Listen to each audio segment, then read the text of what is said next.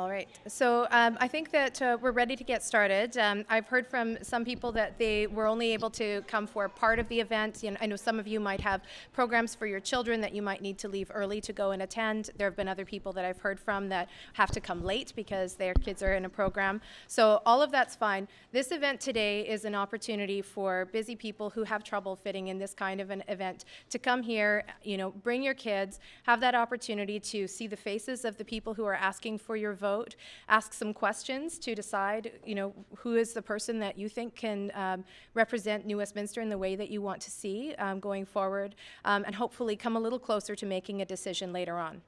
You might notice in this room we've got some video cameras and some lights and all of this. This is a small room, but I'm hoping that the audience for this session will go well beyond this room. We are streaming the video feed from here into the neighboring room so that parents who have small children who can't sit still for this can be out there and still hear what's happening. But also there will be people watching on the live stream that's airing right now. Sorry, we have a problem. That door closes on that cable. It could the feed has stopped. That's why we put something in front of the door. The cable was destroyed by closing the door. I'd asked that it not be. Oh dear. Oh dear. There's no feed out there. Oh dear. That's why I never rely on the technology. Yeah, well, that happens sometimes. Down and the lesson plan goes up. Yeah. Well, our lesson plan can continue, and we'll make the best of it. It's one of those things. Things happen, as all of our trustees know. Sometimes things don't go exactly as planned, and you just have to go with it. We are broadcasting. Everything's fine going to the internet. Oh, okay, just not to the other room. Okay, all right. So Naomi, can you please communicate to the people in the other room then what's happened, and just let them know they can come back and forth. So this is our revised plan. We're going to make like our school board. We're going to roll with things that come up that are unexpected and make the best of what we can. So for any parents in here, feel free to hover by the door and step in and out if you need to. If kids need to go to the bathroom, if kids need a snack, whatever. We'll keep it very informal and very comfortable and very friendly, I hope, today. So as I was saying, this video will be broadcast online. It will also be archived online. So for anybody who was not able to tune in online at this time, they are able to go to newwest.tv/election and look up the video from this event as well as other all candidates debates that newwest.tv has run. So before we get into the program today, I do want to say thank you to a few sponsors. I want to say thank you to the Fraser River Discovery Centre for offering us the use of their space. They are a fantastic resource for New Westminster, and and I really encourage everyone to come back and enjoy the space when they have a little more time. So I would also like to thank River Market and specifically Tregali for the coffee and Great Wall Tea for the tea, because everything goes a little better and more smoothly when you can have some coffee and tea and sweets. And of course, Kids New West, which we're going to hear more from in a little bit. And they are a really important organization in the city that's doing a lot to advocate for children and families.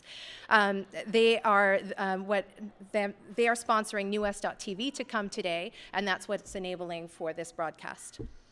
I would like to invite Stacey Ashton to come up for just a minute and just explain a little bit about newwest.tv and their mandate and some exciting things that are going forward. This will be brief, and then we're going to get into introductions of the candidates. Hi guys, so yes, we're here with New West TV. So we've been live streaming several of the debates and candidate debates over this election season, and have been live streaming different annual general meetings, community events, all sorts of things. And you can find all of that on our archives at newwest.tv, including today's session. So you can always watch it later at your leisure. We are looking forward to a new year where we're working towards new programming and new studio space. And if you'd like to learn more, go to newwest.tv and join us. It's a ton of fun. Okay, thanks. Thanks very much, Stacey. So we'll start just with the candidates closest to me, and one at a time I'm going to ask them to stand up, introduce themselves, and say a little bit about who they are and what you can expect for them should they be elected, and kind of the motivations for running. So we're going to keep each of the introductions to 1 minute each. We We are going to be strict about time, as I mentioned to you before the broadcast began. You'll have 1 minute, you'll be flagged, and 30 seconds to wrap up your thought. At the end of 30 seconds, I will come over and move the mic out if you don't stop talking. So let's start with you, Michael. Well, first off, thank you very much for coming today. And is that working or is that not working? So the mic is for the broadcast, not for the room. So let's try speak that as again. though it is, and speak to the back of the room. Thank you for coming today, and I appreciate the folks who have put this on, and I appreciate the folks who have come, and I appreciate the fact that we actually have children out there, which is really quite lovely. I'm Michael Ewan. I'm running for re-election to the school board. I've been on the school board for over 30 years. I'm also a teacher in Surrey. I've been a teacher for over 30 years. And I want to talk just briefly about the excitement that's in this district. We have a couple of minor issues around the secondary school, and we've had some budgetary issues. But what I'm finding on the doorstep is that New Westminster has great teachers, great programs, great services that sometimes gets lost in the media barrage of, well, this has gone wrong or this isn't working well. Consistently, door to door to door, I'm hearing people are delighted with the education program. They want a new secondary school, absolutely. They want to make sure the budget's working. But our support staff is fantastic. Our teachers are offering great programs. Our staff, we had a report the other day about a musical where staff, a group of staff, are putting 57 hours in a month beyond what they're teaching. It's an incredible system, and we need to get that issue out there more. We need people to understand that things are going very well in New Westminster, even with the challenges that we have. So hopefully I can answer some questions, and I'm not going to go over my 60 seconds. Thank you. Hello, my name is James Jansen, and it's a great opportunity to be here. Thank you very much, and it's great to actually see children.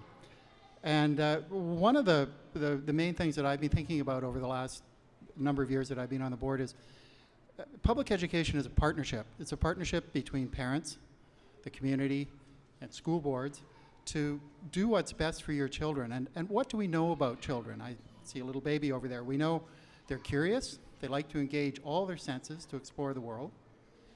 They're creative. They have not yet imposed their own boundaries or had respect boundaries imposed by others. And they're spontaneous. When they're hungry, they let us know. When they're happy, they let us know. And when they're sad, they let us know. And we know that. And it's our job as a public education system and as parents to nurture that, to nurture the curiosity, the spontaneity, and the creativity. And we all lead very busy lives and structured lives, but we need to make sure that we're giving our children space to be creative, to be spontaneous, and to be curious, and not to kill that. For so many children, school ends up being work or drudgery, and it shouldn't be like that. School should be a place where kids go and have fun and enjoy and learn, and we need to work together to make sure that that's happening in New Westminster schools. Thank you. Hello, welcome parents, and my name is Glenn Armstrong, trustee for New Westminster, school board candidate. I know a little bit about leadership. I know how to work as a team and build programs, build schools. I've done it internationally, and I'm doing it locally now. I would say that if you were somebody like Bill Gates and he wanted to start a new computer company, who would he hire to build that computer company? Would he hire a nurse? I don't think so. So just want to tell you a little story about a guy named Rudy Rudiger. He's a dreamer. He wanted to be a football player at Notre Dame. He got his 23 seconds. He got his dream. And I think that we really need to bring that back to New Westminster. We need to have public schools where we have the climate where kids can dream and attain their dreams. And that's what I hope to bring to the school district. So on November 15th, I hope you will consider voting for Armstrong. Thank you. Good morning. Thank you so much for coming out, and thank you for tuning in, and thank you to New West TV for actually broadcasting this. It's nice to see the engagement in the school trustee election being such that it's filling rooms and people are really wanting the best for the students in the district. My name's Jeremy Perry. This is my first run for any sort of public office. The reason that I'm running was really born out of a love for community service. I've been giving a lot back to the community through a variety of different ways, and it's really been fulfilling, and I'm looking forward to continuing that on the school board. Like a few people have mentioned, we're really lucky here in New West. We've got amazing teachers, amazing programs, and that's something that we need to ensure that we're retaining and expanding. So I'd like to see us looking for constant improvement, always looking to see what we're doing and try to improve it. Look at the technology that we're using, and currently I think that we're really falling behind in that area, but it's something that we can just be reviewing and ensuring that we're advancing that forward in a strong and equitable way. So I am excited to be your representative on the school board, and I'd encourage everyone to get out and vote, and thank you very much for coming out.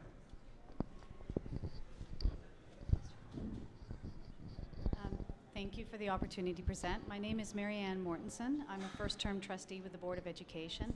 It is really nice to see parents with young babies here, because not often do we see you engage in the school board election. A lot of people wait until their children are in school, because that's when they first identify the issues. I see that this election is, for me, I believe it's about restoring trust in the Board of Education. We do have fantastic educators in our district, there's no doubt. We have fantastic teachers, fantastic support staff, and we have a fantastic senior management team who have been working very hard over the last 3 years. The question is really about the Board of Education and the mistakes that have been made with the budget and the capital project not being completed. These are issues that we have been working very hard toward, particularly in the last year of our mandate since our new superintendent, John Gateman, came into the district. I think we're functioning a lot better as a board, but I think we could do better to communicate with the public. I think we could do better to restore the trust in the public so that they are actually engaged in education the way they should be. Parents are an important role, play a very important role in public education. We know that educational outcomes vastly improve for children whose parents are engaged in public education outside of parent advisory council duties and outside of field trips. I see that there's a need in our community to feel that there is trust, and I thank you. I hope you'll vote for me on November 15th. Thank you.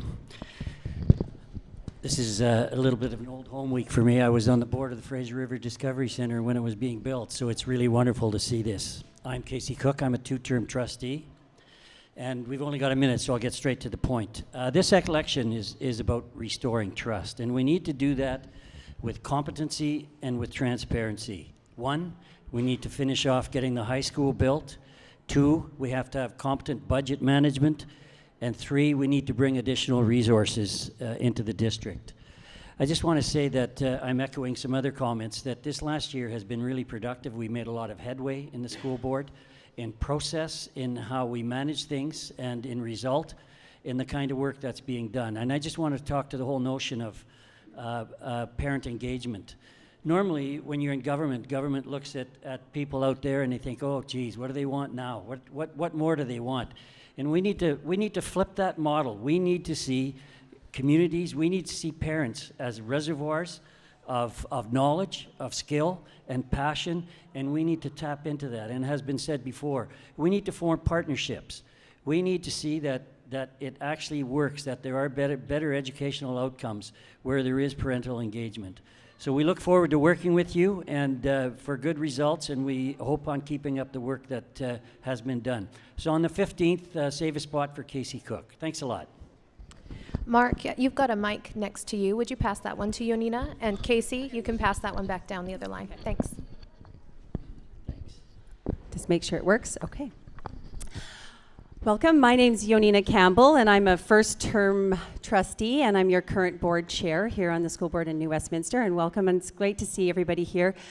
I have 3 kids in school here in New Westminster, and I have been a strong advocate for healthy communities for families for quite some time. It's how I got involved civically in New West with the early childhood development team, which eventually morphed into Kids New West. So very pleased to see this event here today.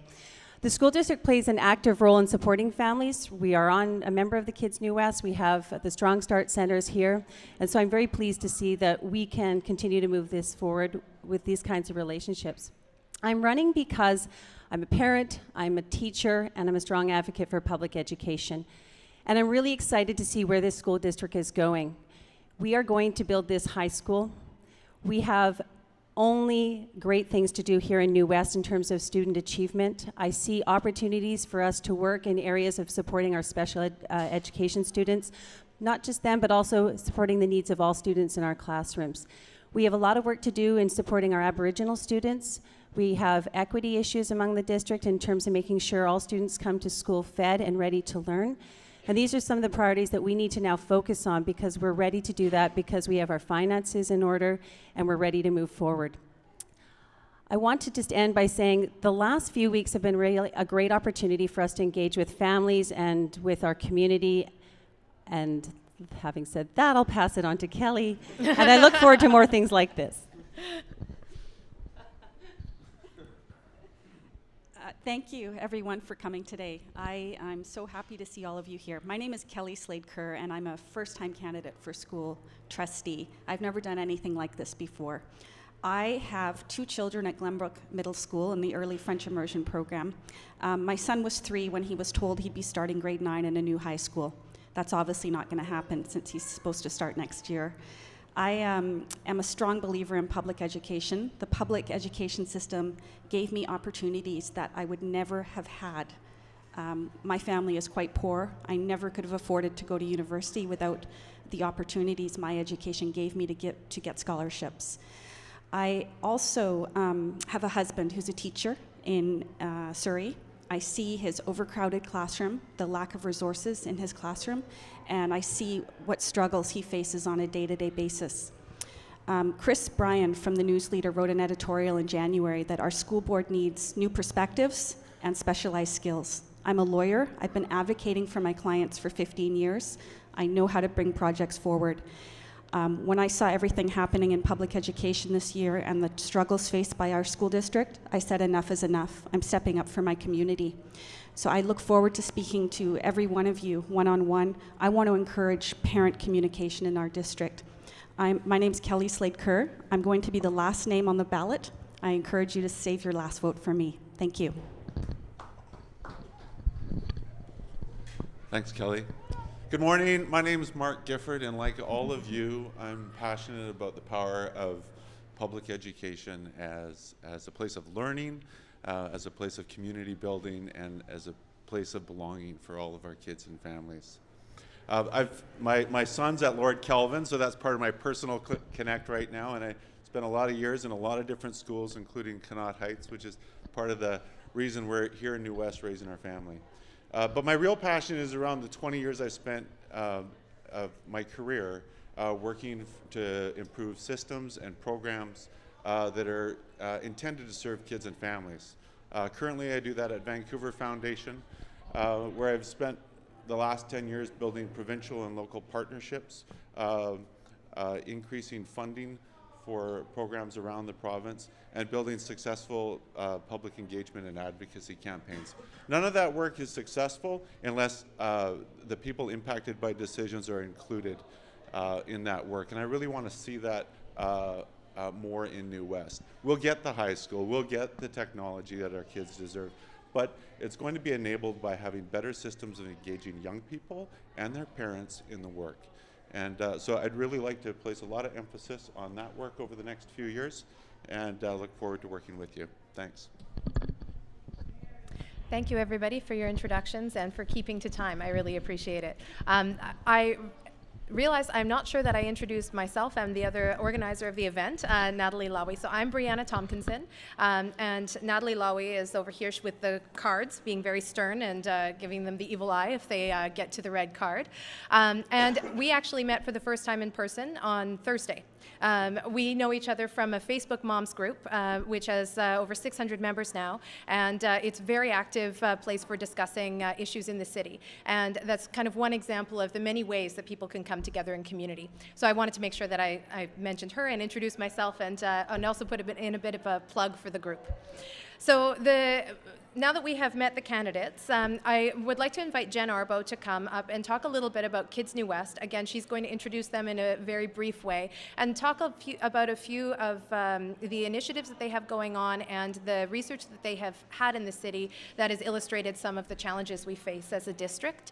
And she has 2 questions prepared, I believe, that's related to that research. So she's going to kick off the Q&A. After that, I'm going to be turning to the people who are present here in the crowd for an opportunity to ask questions, and I also have some from the Facebook Moms group, and so we're going to do a balance of in-person and prepared questions. So Jen, please come up and talk a little bit about Kids New West.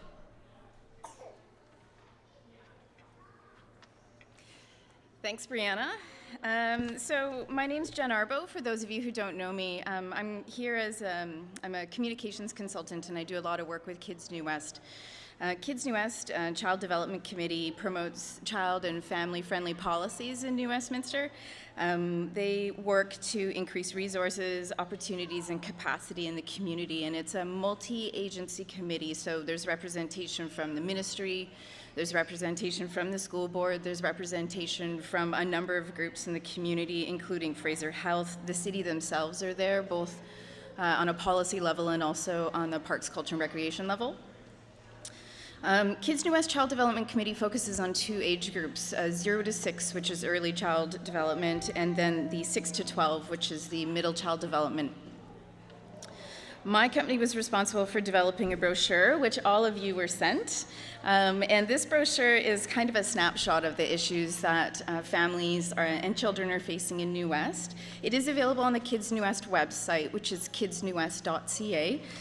Inside this lovely brochure is a number of bits and pieces so that you can really have a good understanding of what's going on in the community in one easy place. There's a lot of data, there's a lot of stats, there's a lot of facts, there's a lot of anecdotes, and so having it in one place is really useful.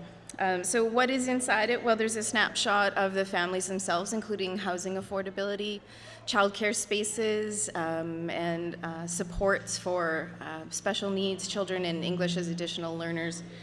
There's also issues surrounding poverty and also housing availability. It's not just about affordability, it's also about availability. There's data from the HeartMind Index, which is from the Dalai Lama Center for Peace and Education, and it provides an idea of how well children have emotional well-being. There's 2 other important measures. One is the Early Development Instrument, and the other is the Middle Development Instrument. They gauge vulnerability and percent of thriving of children. So Kids New West has a number of different programs. I mentioned the website. There's also a family-friendly business directory, and that's at kidsnewwest.biz. It's within the same website. They're also about to launch an ambassador program, so I have this lovely button. The ambassador program will allow parents to have a voice as well. So that will promote blog posts, it'll promote the Facebook page. They have an active Facebook page with a number of different resources. So I have 2 questions, trustees, that are specifically related to this. So the Kids New West Child Development Committee is focused on ensuring capacity building and awareness for healthy child development for both 0 to 6 and 6 to 12. As a trustee, what role will you play to ensure that there is support for both school-aged and non-school-aged children to ensure a smooth transition and readiness for entering school? So as we discussed before, if you have something that you'd like to say on the topic, you can raise your hand and I'll kind of do in a bit of an order and I'll keep a mental note of who has stepped up. If no one raises their hand, I will pick somebody who hasn't been talking. Yeah, for sure. So because the Kids New West Child Development Committee is focused on ensuring capacity building and awareness for healthy child development for both the ECD and the MCD age groups, as a trustee, we'd like to know what role you'll play to ensure that there's a smooth transition and readiness for entering school for both the school age and the non-school age children, to make sure that the ECD especially are ready for school. You deal with children in the school system, but there's also children who will be coming into the school system. So we'd like to hear a little bit more about that readiness and preparedness. I'll do Marianne, and then Mark, and then Casey. And remember, please keep your answer to under a minute if you can, so that we can hear from as many people as possible. So I think that the school board has a role to play in early childhood development and middle school years development, in the sense that we have a partnership with Kids New West, and I think that we should continue that partnership and look to build on it. We know that a number of parents in the community without children, young children and older children, participate on our school district committees, and I think that encouraging more of that is something that we can do in order to form partnerships, share information, utilize the resources that parents have in the community, and tap into the information that we need to tap into. Our Strong Start program has been really wonderful in helping students to be prepared and ready for the readiness of kindergarten.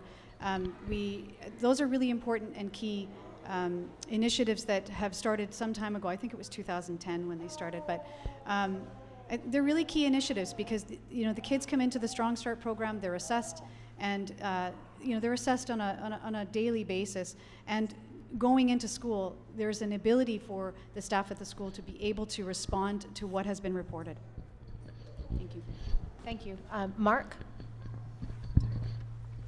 Well, on both pieces, I think from an early childhood development standpoint, there's lots of good work that's supported within the district.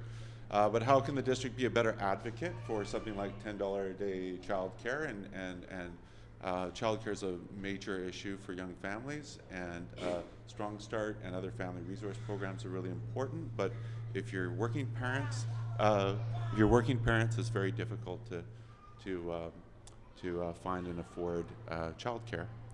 On the beyond the Bell stuff, or in the middle years work of better engaging schools in the life of community, I think there's some good things that the district's doing well in terms of supporting programs, but really strengthening those community school partnerships that enable provision of after-school programs and more equitable social and well-being supports for vulnerable kids and families is really important. I think the district needs to address some really key equity issues that exist within the district, and how that's going to be a big conversation for the board in terms of how do we better prioritize investment of scarce resources to support families that aren't, and schools that aren't doing that well and are really struggling to stay connected to school and understanding how they can plug in and support their kids through a school experience. So thank you. Thank you. And Casey? Thanks, Mark. I was on council for 12 years and was chair of the Social Issues Committee for 8, and had the extreme pleasure of working with the late Dr. Clyde Hertzman when he was developing his determinants for childhood vulnerability. We in Westminster are partners on two very important ECD, Early Childhood Development Committees, and I think that we need to work through that, and I think that we need to work with the community. We need to make sure that where there are gaps that are identified, that we make sure those are filled. Right now, for instance, we have gaps in childcare, but we really have gaps in affordable childcare. And we need to make sure that all of those kinds of things are filled.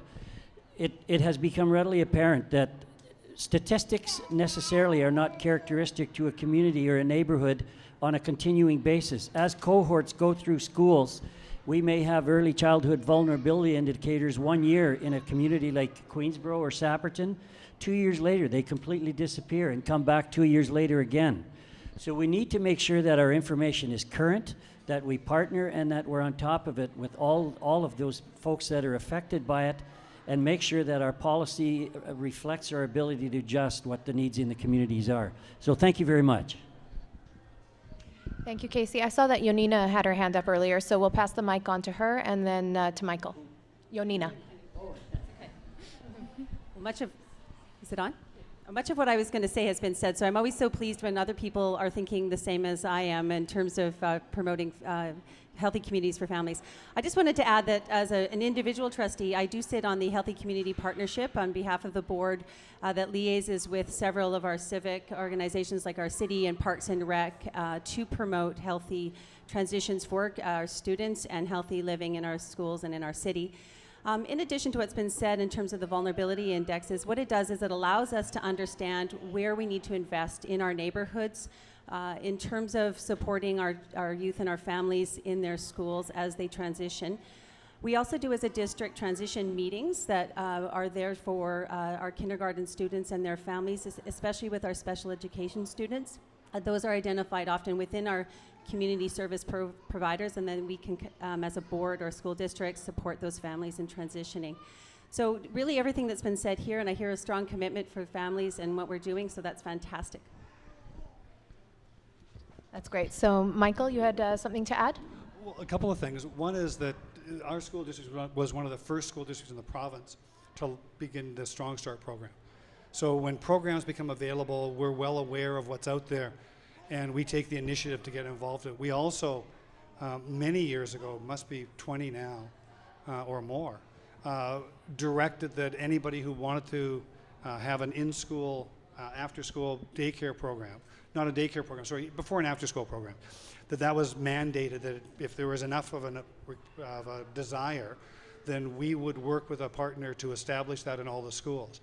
It's become a little more difficult as our schools get tighter and tighter for the numbers, but once again, we'll be able to re-look at that once the new schools are built and that process is finished to see if we can establish that. We lost one of them at Spencer because of the space crunch. The whole middle school model is a transition model. It should be, and I'm not completely convinced that it's working perfectly, but it should be there to transition from elementary school to high school. We've seen incredible improvements in the high school with that transitioning support. I don't think we do as well at the other end. I don't think we do as well at the 4, 5, 6-year-old level. I think we could do more. The difficulty, of course, is always funding and programs. We have, I think it's 3 Strong Start programs in the district now, and I think those are some of the ways that we can go. I think we can also have more of an online presence. Thank you very much. Pass to James, please.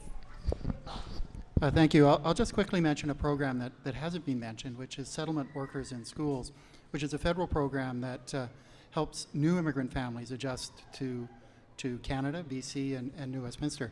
And it goes beyond just at school.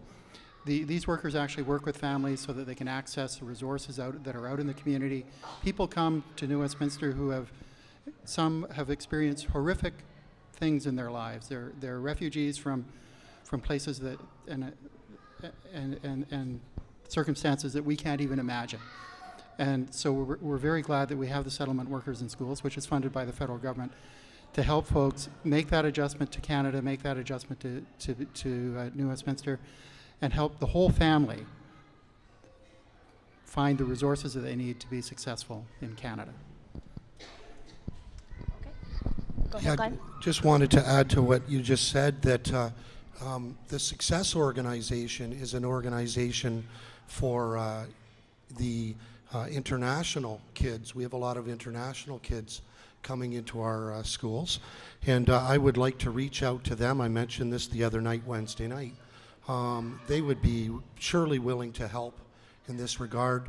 A lot of the new kids coming are coming, and they don't have a lot of money, and I know that it can impact them with coming to school with a decent lunch. So I would suggest reaching out to Success, and I'm sure that they would be willing to help us.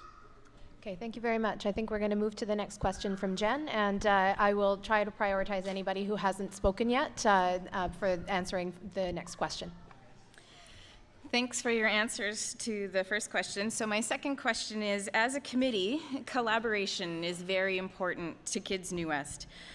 We hope to work with numerous organizations within our community, regardless of whether or not that group's actually at the table on the committee level. So I would like to know your thoughts on how to improve collaboration within the community for the benefit of children in New Westminster. All right, let's start with Jeremy. Thank you. I think that's a great question, because communities are built on all of the moving parts working together. And I think that we're really fortunate in New West that we have a lot of dedicated groups that are really working towards the betterment of what we can offer to the families and children in our community. So I am on the Rotary Club. I'm in the Kids Sport group, and and they both are dedicated to what we do with children. So I've seen firsthand how bringing people together can really create positive outcomes for those families. And I'm really dedicated to continuing that with the school board. And I think that there's a lot of opportunities to expand on what we're doing, and I'm excited to see that happening. So. Would anybody else like to speak to collaboration with the community? And remember, you don't all have to answer every question. Kelly? Yeah, I think as trustees, we really are a conduit between our school district and the community. And that doesn't mean we sit there passively and wait for people to come to us. What we have to be good at as trustees is knowing what we have in our organization and knowing what's out in the community. So part of my job is educating myself about what's out there, educating myself about what good people and what good programs we have in our school district, and bringing those people together. Not necessarily being the one who's going to go and sit on the committee and do the day-to-day work, but bringing those people together and let them do the job that they are specialized at doing and have experience at doing and are passionate about doing. A lot of collaboration is just bringing the right people together and starting the conversation. That's really what I see my role as here. Great. Marianne? I'll just speak briefly to this. In 2010, I was part of the Neighborhoods of Learning Advisory Committee, which is the 15% additional space that the ministry has approved for funding, putting on any new school site. The NLC space is supposed to bring services from the outside community into our schools, before and after programs for children under school age, in school age, providing community amenities within the facilities like speech pathology and English language learner education for parents, grandparents, families. And I think that what we need to do, as Kelly had said, was that we need to locate these various committees and groups within our community and connect with them. Because we have young parents on our NLC committee now, and I'm also sitting on that as well, and Casey Cook is chairing that committee. And we meet with a lot of parents with children who are not school age, and we have an opportunity to discuss with them the issues that matter in the community that they'll need to know coming up as their children enter school. I think it's really important that we seek out outside committees, outside organizations and associations. We have partnerships with the Ministry of Children and Families, and I think we need to continue to grow that in order to be able to develop the understanding and information base to help our students before and after school and early and middle school years. Thank you. All right, Glenn, you can speak to it, and then we're going to move on to some questions from the crowd. Very briefly, the school is part of the community, and the other night I mentioned giving teachers the opportunity to work collaboratively together. Too often teachers are in the classroom and isolating themselves, and we really need to reach out to the principals and get them to enable teachers to work collaboratively, have time to work together and build inclusive classrooms. So I just wanted to bring the community idea to the school as well. Okay. Thank you very much, and thank you, Jen. So when we were talking about organizing this event on Facebook, we were asking the moms on there to share with us a little bit about what was on their mind. And of course, you've been hearing a lot from the community in your door knocking and at other events. We know that parents are concerned about how cutbacks are affecting education quality. They're concerned about getting that high school finally built. Many of them are still stinging a bit from the teacher strike and about how that was handled and how that looked for the relationship between school boards and the province and teachers. And also the lack of funding for even a basic play space at Kakite. So there's a lot of issues happening in the district, and we only have a little time to talk about them. I'd like to invite anybody who has showed up today with something on their minds that they really want to make sure that they ask the candidates here. I'd like to invite you to ask that question, and we'll try to get through as many of these other issues as we can within the time we have left. So has anybody come here with a question specifically that they're hoping to have answered today? All right, Rebecca over here in the front. It's okay, we've got a mic runner coming. Thank you, Naomi. Thanks. We're just turning on the mic here. And for anybody who is outside in the gallery, if you have a question, please just step in and get my attention at the door, and I'll give you a chance to speak as well. Is that on now? Yep. Okay, thank you. A number of you have touched on the issue of parent engagement. My question is how you will engage and represent the needs of all parents in the district. So what about parents who don't come to all candidate meetings or attend PAC meetings or participate in online surveys? What about parents who can't find it difficult to engage because they work shift work or evening work, or English is not their first language, or they don't have the internet at home? How will you ensure, both at the school level and the district level, that decisions are made with the interests of those parents in mind? All right, Jeremy, and then Marianne. Thank you. I think that engaging our parents is one of the most important things that a board can do. We're elected to represent the views of the parents and to represent the views of the community. So you listed all the challenges that are there to engage with people, and I mean, I am confident that I'm fairly easy to engage with. I try to show up at as many community events as I can. I'm always available via the online channels. I would be encouraging working with the district to ensure that parents are always knowing that they're welcome at the board meetings, that they'll have representation from the board at as many PAC meetings as possible. And as far as the parents who aren't comfortable or unable to come out to those, I'm always open to any feedback and suggestions from the community on how we can better engage those people, because it's those ideas that come from the community on how best to reach them that I would be committed to working to implement as much engagement as we can. I'm not going to suggest I have every answer on how best to engage everyone, because that's a constant struggle, but I'm always open to feedback, and I would love to implement as much as we can.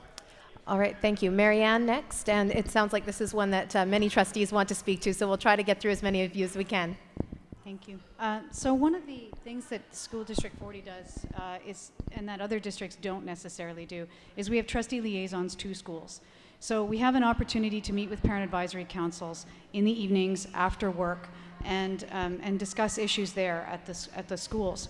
Another thing that we are fortunate to have is child and youth care workers in our schools. We know we need more supports, but those who are there performing that task, they connect us with families who are struggling, families with English language as a barrier, poverty as a barrier, and those who have come from war-torn countries, as Trustee Jansen mentioned. And you know, so we have those opportunities to connect with those families in that way. I think we can do a better job of that. I think we have a number of languages that are spoken at one school in particular, Lord Kelvin. I think it's over 50 languages are spoken at that school. I think we can do a better job, but it is challenging with the funding that we have from the Ministry of Education.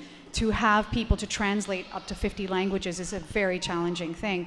So we tap into parental resources in order to be able to assist with that kind of translation, because often you will find that when you connect with parents at the schools, they'll speak a language that another parent speaks, and they'll be able to translate to them. But we can't rely on that. We need more funding from the Ministry of Education. Thank you, Marianne. So we'll do Michael, and then Casey, and then Mark, and then Yonina. And we'll try to get through everybody else, too. I mean, it's a tough one, Rebecca. It's always the frustration. I mentioned the other night that we had this fabulous meeting where we had a presentation with some outstanding students singing. We saw some of the materials, the digital materials that our staff are using, and there was one member of the public there. I think social media, I think webcasting, we've talked about this for 3 or 4 years now. The finances haven't been there to do it. They are now, and I think that's one of the ways we need to move forward. We need to allow people to be engaged at their own time.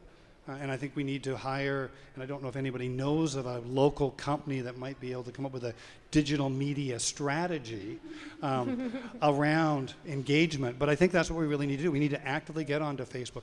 We need to get away from sending home newsletters on paper.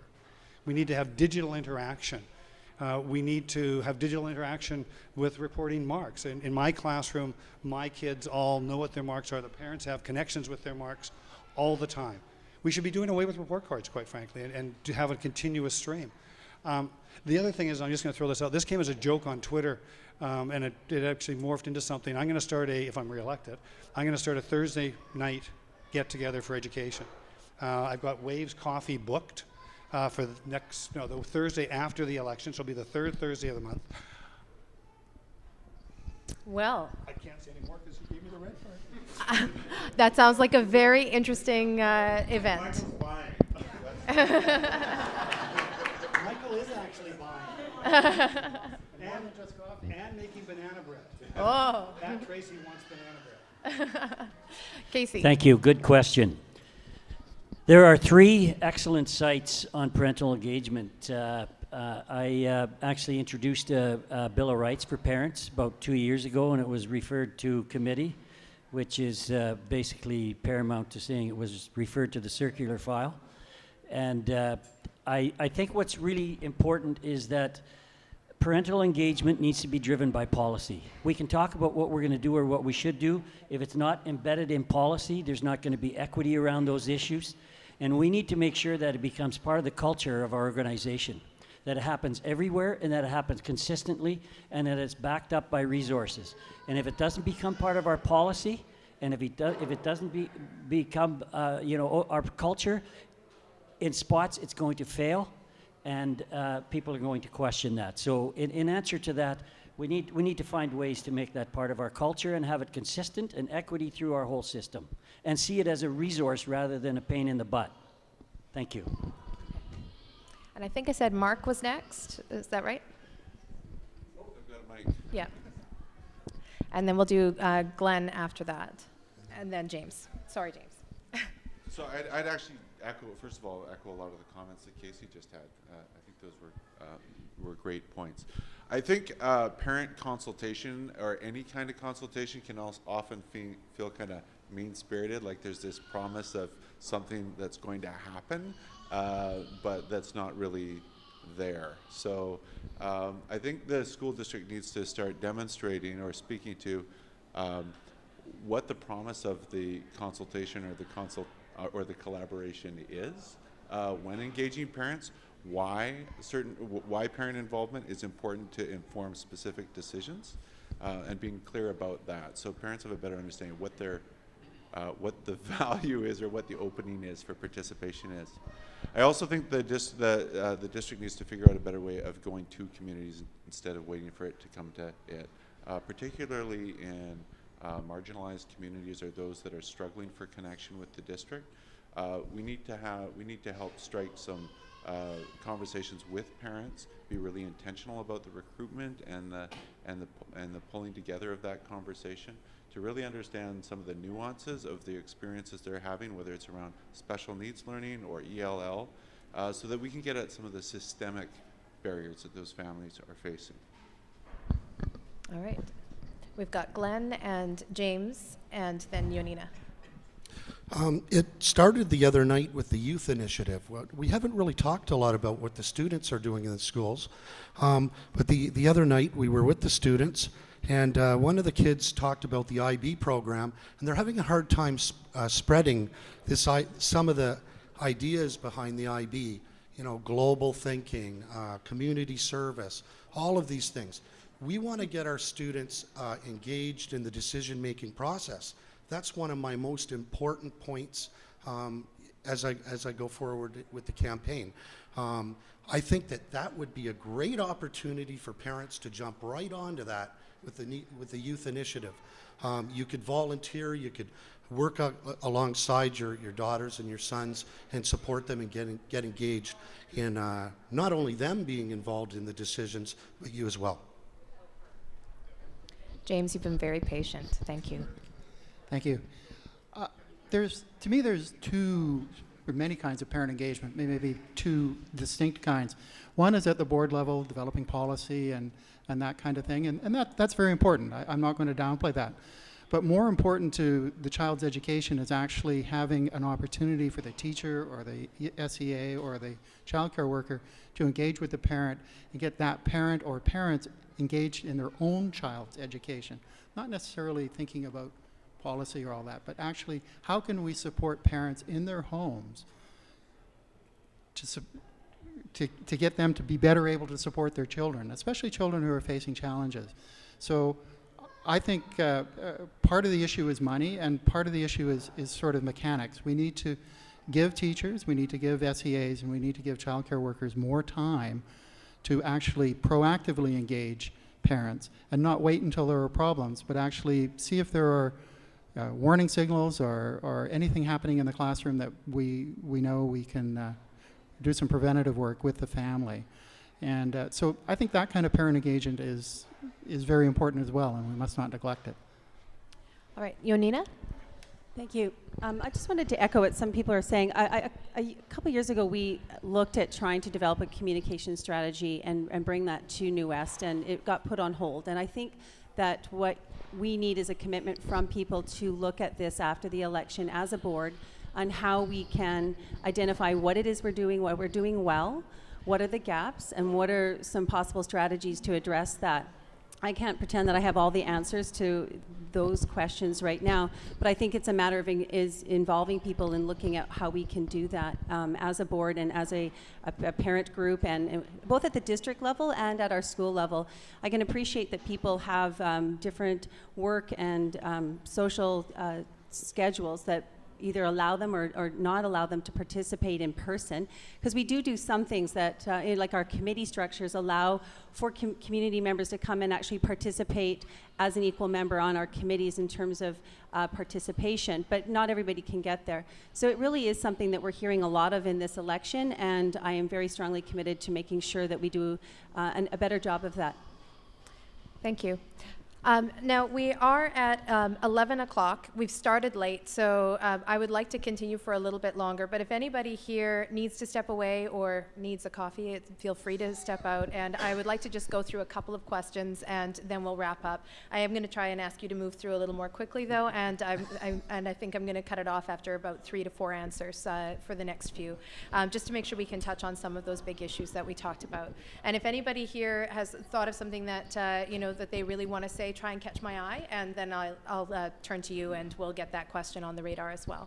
So one of the things that came up in the mayoral debate on Shaw was a question to the mayoral candidates about what they would do to make the high school project happen. And I thought that was a really interesting choice because, I think the question is perhaps more relevant to you. How do you think that the city could support you in helping make the high school happen? Can they do anything more than they're doing? Would you like to put that out there as a wish list? So, Michael, Jeremy, then Yonina. Well, just to start off with, the city's been fantastic. We've worked collaboratively, moving things forward with the project. The city's not the problem, and that's not the issue. Quite frankly, and I knew this question would come up, and I have a rather unconventional answer. Getting things done is all about relationship and connections and being aware of individuals. So quite frankly, re-elect Yonina as chair of the board. She's got a connection with the no, seriously. She's got a connection with the Minister of Education. I mean, it's almost like he's on her speed dial now. And that's moving this project forward. So we need to keep that connection going. We have to. I mean, everybody on the board wants this project to succeed. There's no question about that. The board's done all that they can. But having that one-to-one connection where, you pick up the phone and go, hello, Minister Fassbender, this is Yonina Campbell, and he goes, oh, I'll build the stupid school, just leave me alone. I think that's the best strategy right now. We're there. We're really close. The city's been great. The province has been asking questions, and I think we're really close, and I think it's that relationship piece that will push it over. Thank you. Jeremy? So I'll echo most of what Michael just said there. I think that it was very clear from all of the mayoral candidates that they're committed to supporting the school board and moving this project forward as much as possible. They worked on the land swap deals. They they've all committed that they're willing to push any variances that are needed through so that they can really get that construction going as soon as possible. And like Michael said, I think those personal relationships and connections are key. So if we can have Yonina continuing her relationship with Minister Fassbender, they seem to like each other. So I think we really need to ensure that we can keep those conversations with the province going and get this moving as quick as possible. Thank you. So Yonina, it's all on you. I'll just call him right now while we're here. No, in all seriousness, and I appreciate what's been said, but it really has been a community behind this school. This board has worked very hard. You have 7 board members that have worked extremely hard to push this school. I just have the privilege of making the call, but really it has been your board and your district and your community behind this. I just want to quickly tell you, we have submitted a project definition report to the ministry. They've asked for a few things to be looked at in terms of adding additional information. These are not huge barriers. We are proceeding. We have a commitment from the minister and from his staff that we are going to have within a few weeks an understanding of what specifically they need us to do, and a timeline for that, and a commitment to get this done. So we are going to build this school, and if we don't, I don't know, we can storm the Parliament buildings. I don't know who suggested that in another meeting, but really it's going to happen. You need to stay positive, and we are going to deliver that school. Okay, so we're going to do Glenn, Kelly. Yes, she does deserve a round of applause for that. So Glenn, Kelly, and we're going to close with Marianne, and then we'll move to the next question. Kudos to Yonina. Little unconventional on this side. I'm doing the same thing. I have relationships with Jane Thornthwaite, MLA, provincial government, former chair of the board in North Vancouver, and I'm communicating with her right now. I'm not on the Board of Education right now. I'm up for election, first time running. But I'm already doing that. I'm already advocating. I'm already talking to the people I know with the provincial government. I'm doing the job as well right now. A little unconventional. Thank you. All right, Kelly. Yeah, my number one plan is persistence and not stopping, speaking up. Every single board meeting, every single committee meeting, we should have something about that high school project on our agenda. And secondly, we should be reporting it to the community. Our biggest allies are the parents and the families in this community. And if we don't keep you apprised of what's going on, you can't communicate. So I'm going to be persistent, and I'm going to rely on you to mobilize. And I'm going to do that by providing you with information. I really believe we have to just be more vocal and more persistent and not let this go. Thank you. Thanks, Kelly. I think that it's really important that we have a good relationship with the City of New Westminster, and I think that we have moved the project along such that we are simply waiting for the funding. And I think the city actually does have a role to play. I think the city and the school board have a very important role to play in identifying future land and ensuring that that land is protected for schools wherever necessary. We don't currently have plans to build any more schools at this point in time, but I don't think that that's anything that we can't look toward and that we don't need to do. I really think that we have an obligation and a duty outside of our roles as trustees to do that kind of advocacy. And there is something that the ministry perceives in a difference between school boards of education and parents in the community. When parents in the community talk to the ministry and say, we want funding for this high school, I think it has an incredible impact, because boards of education are perceived as political, and therefore the ministry will turn a blind eye at times. We have done a very strong job of trying to push this project along. As Yonina said, we have a PDR into the ministry, and that is coming back to us. We've directed we've directed our staff to put to the ministry that any demands that the ministry wants from us be put in writing. Thank you. Casey, you had your hand up. Is it you have something you'd like to add? I know I missed you earlier, and that's why I'm giving you a chance to. I'll be brief. This is going to happen. It's an approved project. There's not an approved project in the province that hasn't been built. It's going to happen, and it's going to happen very quickly. And I think with the contacts that Yonina is making, I I don't want to use the word imminent because we've probably been doing that for 6 years, but in my belief, it is. And I just wanted to say to Jeremy that with the city, it's not quite as altruistic as it was because 2 lanes of the track were on city property. So it was probably a good thing to do a land exchange because we actually could have ended up with a 4-lane track, I think, had we gone that way. But a little levity. But anyway, I just wanted to say that I think we are very close, and I think you'll be hearing good news very quickly. Thank you. Thank you. So I'm going to ask one final question from my list. I do have more, but I know that we're running out of time here, and everybody does want a chance to be able to shake your hands and say hello. It touches to a couple of issues, though, and specifically to the issue of advocacy. We heard from a number of you just now mention that persistence and not only trustees but parents speaking up to the provincial government is an important key to move things forward. I'm thinking specifically in the example of the playground at Kakite, and I've been seeing lots of parents stepping forward to try to fundraise. I've been seeing many of the sitting trustees move that forward, trying to encourage people to vote for these grant fundings and opportunities that exist for it. What I'm not seeing a lot of is someone standing up and saying it's not acceptable to not fund playgrounds for elementary schools. And where this comes into the bigger picture of advocacy is I'm wondering if this is kind of an example of, how much advocacy is too much? What do you see the role for trustees is to advocate for things like that, where that may be a provincial policy, but is it right for our district? Is it right for schools in general? Do you feel like that's your place to stand up and say, if that's not right, and try to make a change there? So, Mark. Sure.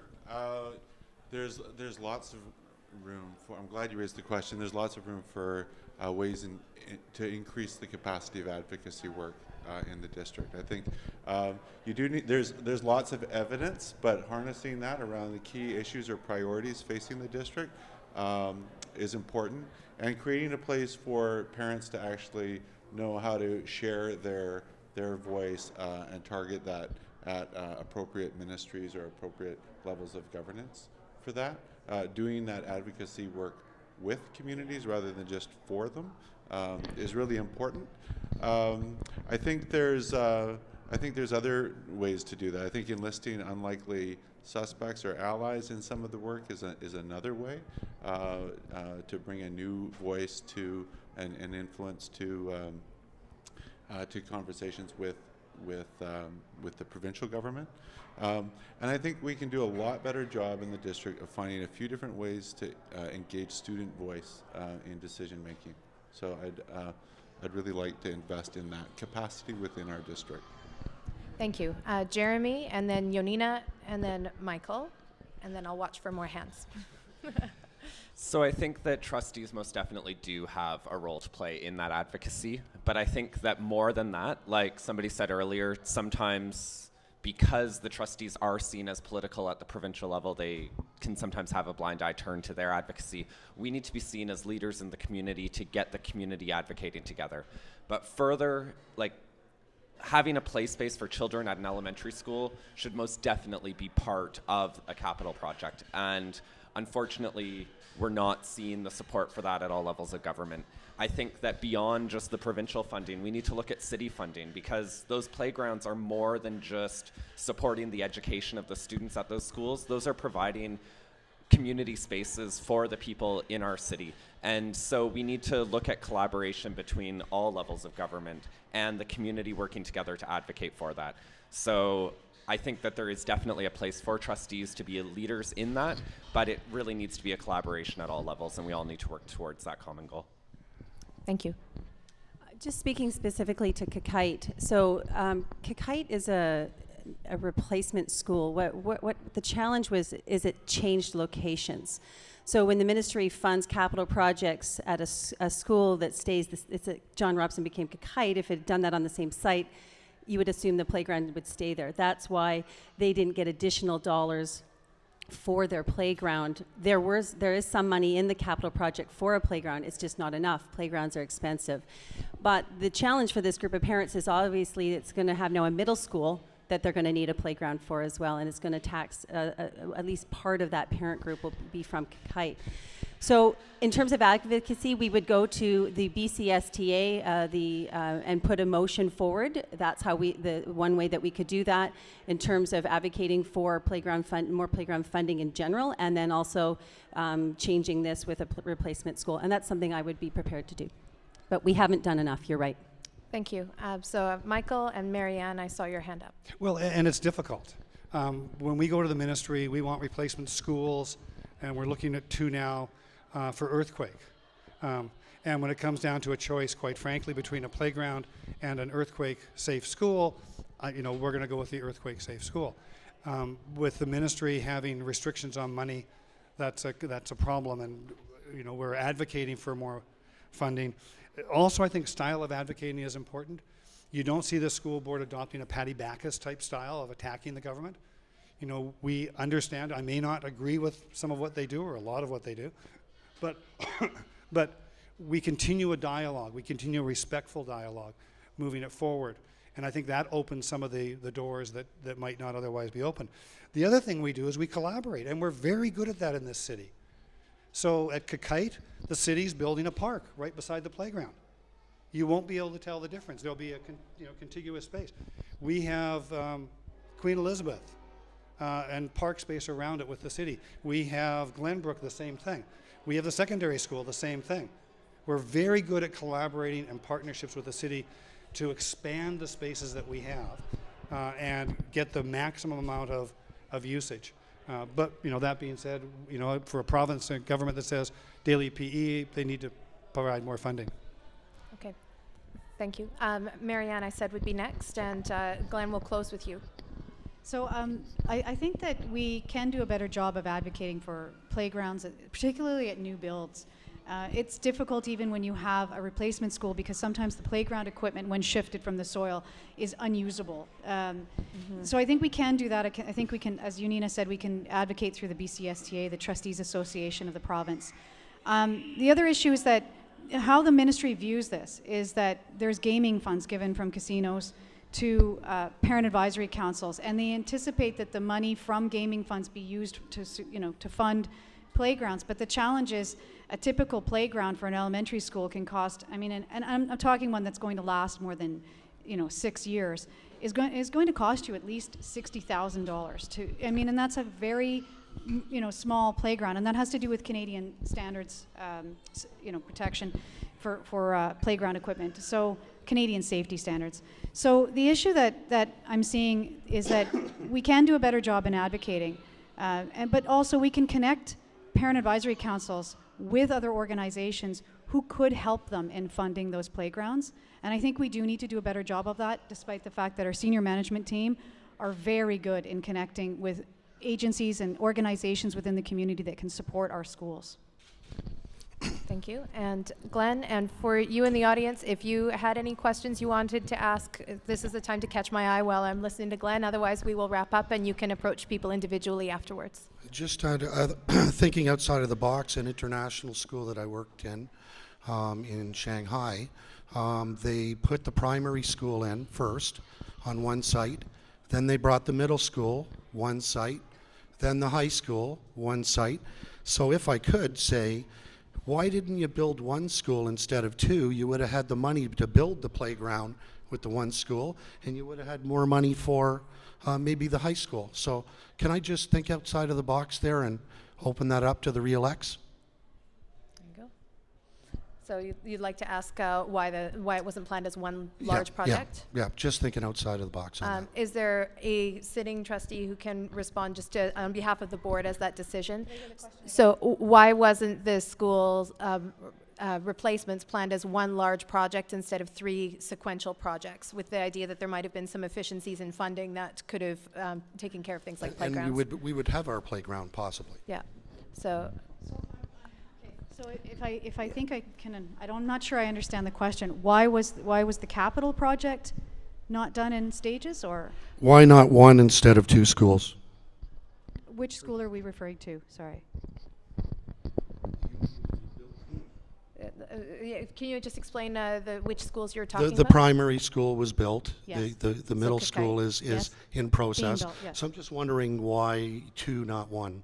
Oh, so why have the middle school? Why not just have one school? Just as Oh, I see. Okay, so enrollment in our district is increasing slightly.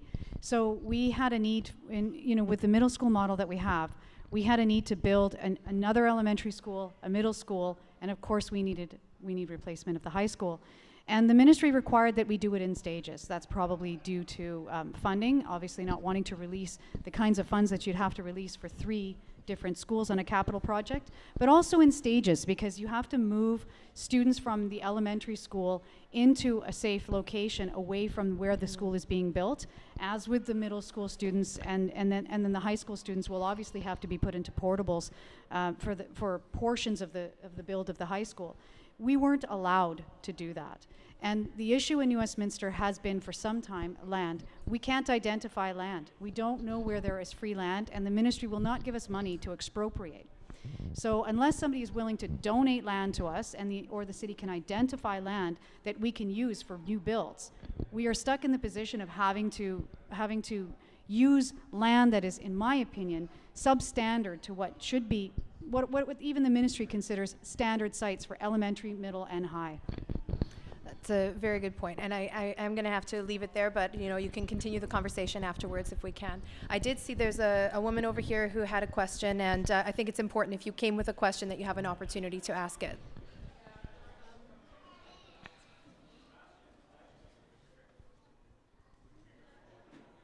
This is from my husband, so I'm reading off my phone here. Considering that funding is capped on a per capita student basis, what specific things will you do to match income and expenses without cutting the teachers' positions, SEAs, or important programs like music and art?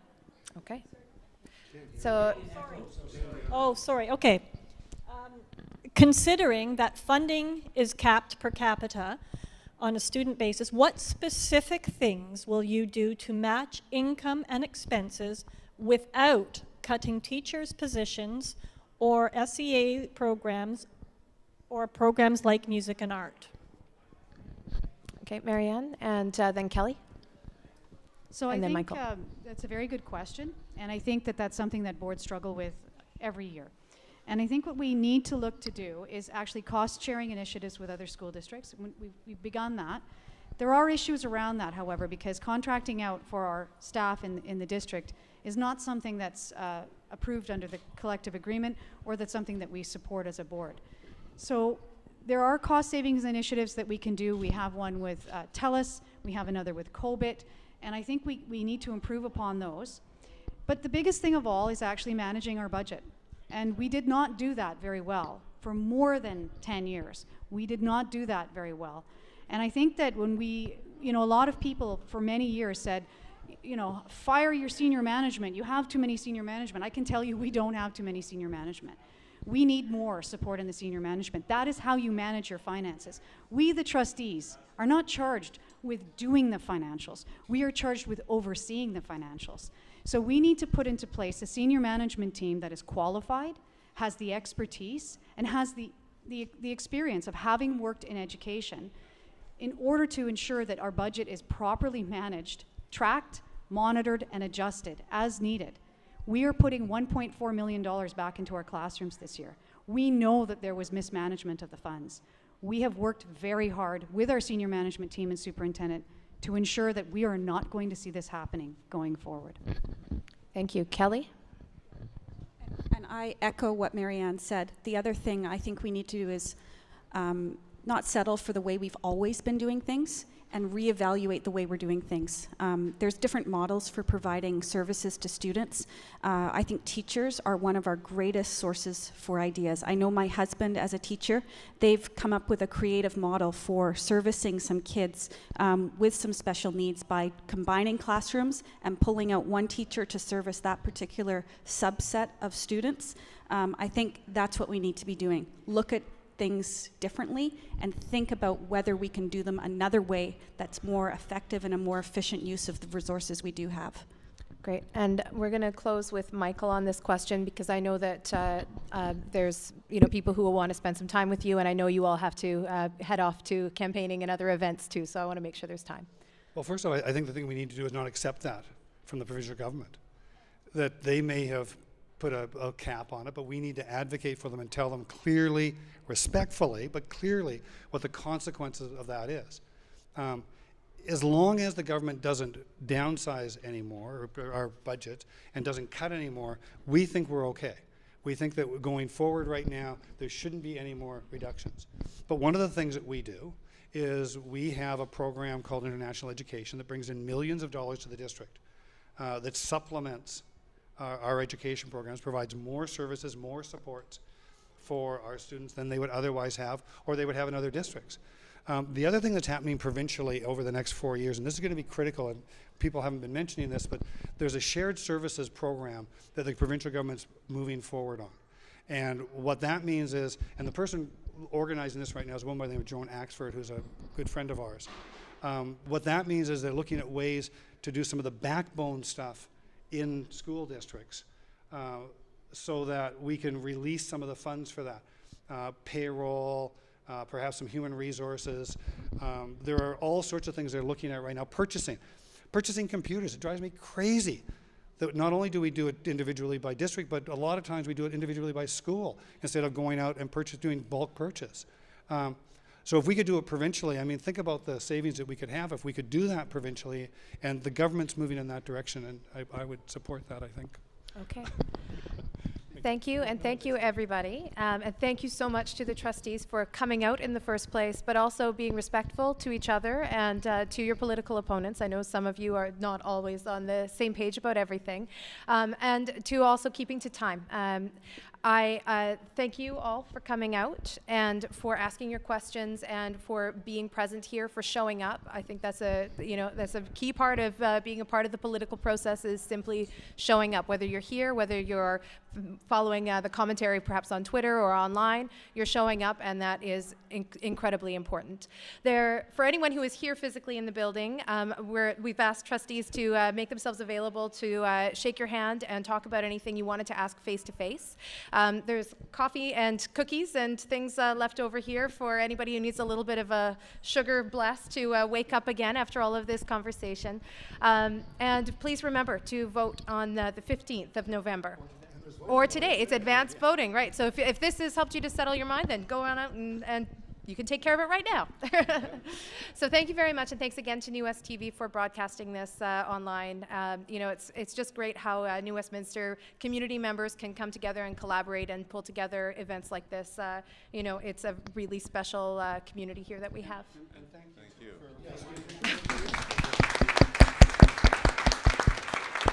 Thank you.